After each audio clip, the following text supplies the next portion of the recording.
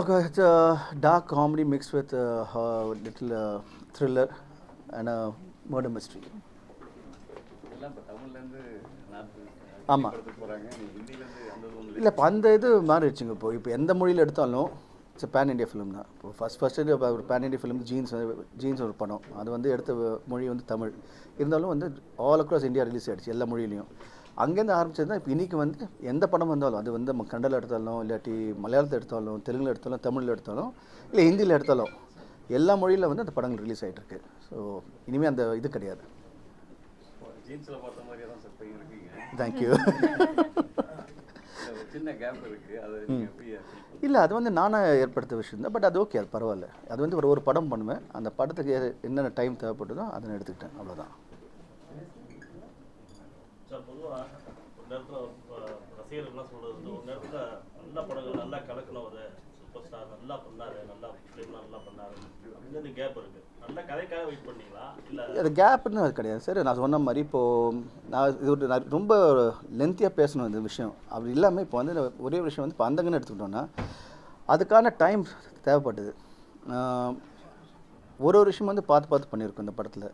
Star காஸ்ட்டாக இருக்கட்டும், இந்த படத்தில் வந்துட்டு ஸ்டார் காஸ்ட்னு பார்த்திங்கன்னா ஒரு பக்கம் சிம்ரன், அப்புறம் பிரியானந்த் இருக்காங்க, அப்புறம் முத்துராமன் கார்த்திக் சார் இருக்கார், சமுத்திரக்கனி சார் இருக்கார், யோகி பாபு, அதுக்கப்புறம் கேஎஸ் ரவிக்குமார் சார், அப்புறம் வந்து ஊர்வசி மேடம் இருக்காங்க, ஒரு நட்சத்திர பட்டாளமே பெசநகர் ரவி இருக்கார், வனிதா விஜயகுமார் இருக்காங்க, மோகன் வைத்தியா, சொல்லிகிட்டே போகலாம். ஏன்னா ஒரு கேரக்டருக்கு வந்து ஒரு நல்ல ஒரு ஆர்டிஸ்ட் தேவைப்பட்டது.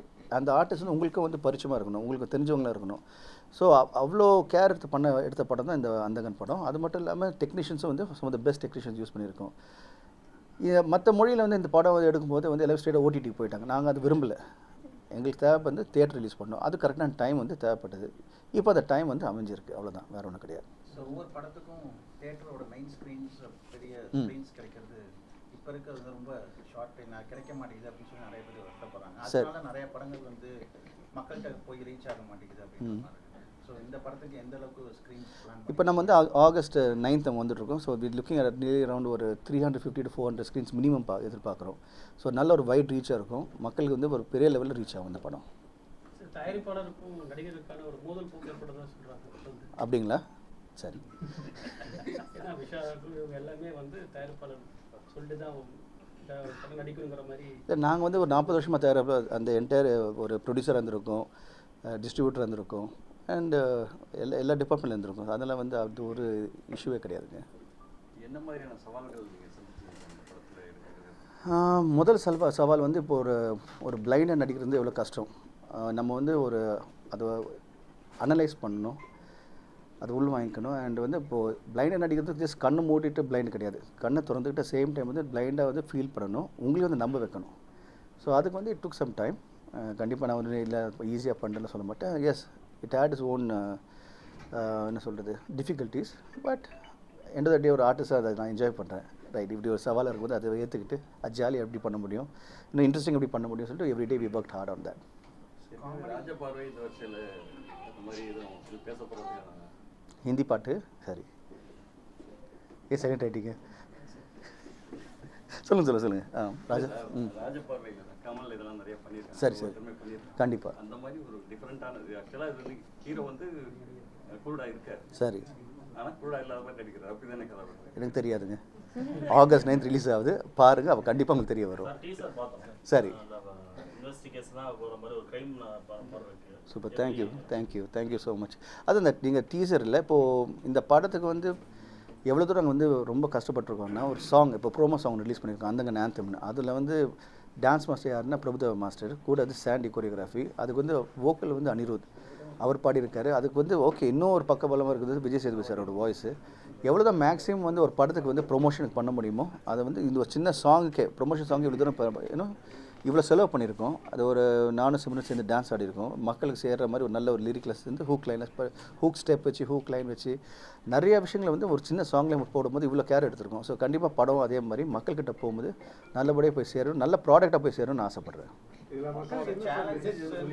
படம் ரிலீஸ் ஆகும்போது வச்சு நிறைய பேர் தேட்டருக்கு போகிறாங்க, நிறைய இந்த ரிவ்யூஸ் அது அப்படின்ற போது இந்த படங்கள் அதை பற்றி நீங்கள் எப்படி நினைக்கிறீங்க? ரிவ்யூஸ் வந்து ஒரு தனிப்பட்ட அவருடைய கருத்து அது.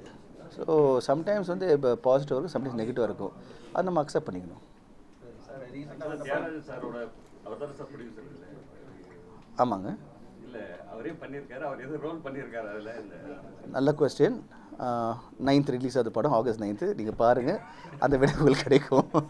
89 ஹீரோஸ் இப்போ வந்து 2K ஹீரோ ரெண்டுக்கு நீங்க எப்படி பாக்குறீங்க? அப்போ வந்து ஃபிலிமில் எடுத்தோம், இப்போ டிஜிட்டல் எடுத்துகிட்ருக்கோம். அவ்வளோதான் டிஃப்ரென்ஸ். வெறுகேறி இருக்குது. ஜீன்ஸ் படத்தில் சங்கரோட இணைஞ்சு வெற்றி படம். ஆமாங்க, அது மாதிரி சங்கரோட இணைய மறுபடியும் கண்டிப்பாங்க. அவர் எப்படின்னா அவர் கதை ஒன்று எடுப்பார், அந்த கதைக்கு வந்து யார் வந்து எந்த ஹீரோ கரெக்டான ஹீரோ அப்படி தான் அவர் செலக்ட் பண்ணிட்டு போவார். ஸோ கண்டிப்பாக நான் வந்து என்னை வச்சு படம் பண்ண வந்து ஒரு ஸ்கிரிப்டுக்கு வந்தால் கண்டிப்பாக ஹில் கால் மீ. அண்ட் அவர்கிட்ட நான் டெய்லி பேசிகிட்டு இருக்கேன், அப்போ பேசிகிட்டு இருப்பேன். அண்ட் ஒரு நல்ல செட்டப் வரும்போது will like to join together.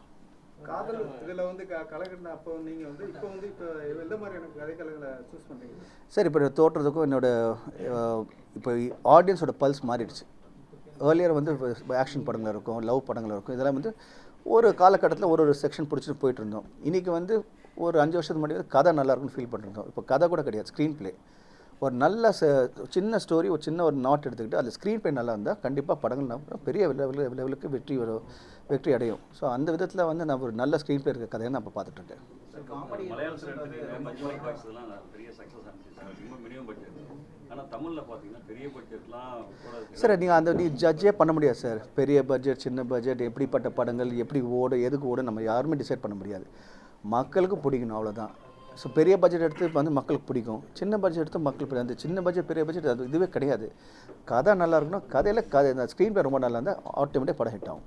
Comedy Rolle's heroes இப்போ ரொம்ப வரக்கூடிய படங்கள்ல வந்து ரொம்ப பெரிய இதுவாக இருக்குது. சரி, அது இப்போ ரீசெண்டாக குறைஞ்சிருச்சு. சரி. மோஸ்ட்லி எல்லாமே அவங்க Correct. ஹீரோஸாக நடிக்க ஆரம்பிச்சிட்டாங்க. கரெக்ட். படத்தில் வந்து இந்த காமெடி ட்ராக்ன்றதை கொண்டு வரதுக்கான வாய்ப்புகள் இல்லை அப்படி அதான் சொல்ல வரேன் சார். அது ஒரு ஸ்கிரிப்டுக்கு பொருந்தது. அது ஒரு டைரக்டருடைய அவருடைய விஷன். இப்போது எண்ட் ஆஃப் த டே வந்து ஒரு படம் எடுத்துக்கிட்டிங்கன்னா அது ஒரு டைரக்டருடைய அவர் படத்தை இப்படி வரணும், இப்படி ஒரு ஸ்டைலில் எடுக்கணும், இந்த ஆர்டிஸ்ட்டுக்கு வேணும்னு சொல்லிட்டு அவங்க இது பண்ணுவாங்க. அதே மாதிரி ஸ்க்ரீன் ப்ளே எழுதுவாங்க. ஸோ இட் டிபெண்ட்ஸ் ஒன்லி இந்த டைரக்டர் தான்.